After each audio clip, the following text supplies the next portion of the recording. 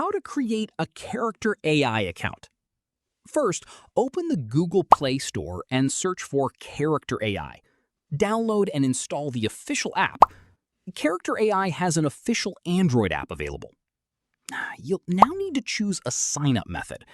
Depending on the current version of the app, you can use options such as continue with Google, continue with Apple, or an email verification link. If you choose Google, select the Google account you want to use and follow the on-screen instructions. If Character AI asks for your email address or birthday, enter the required information and complete the verification process. Character AI currently requires users to be at least 13 years old, or 16 in Europe. Once your account is created, you'll be taken to the Character AI home screen.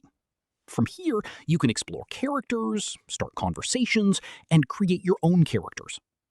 That's it. You've successfully created a Character AI account. If this tutorial helped, like this video and subscribe for more AI tutorials, Android tips, and easy tech guides.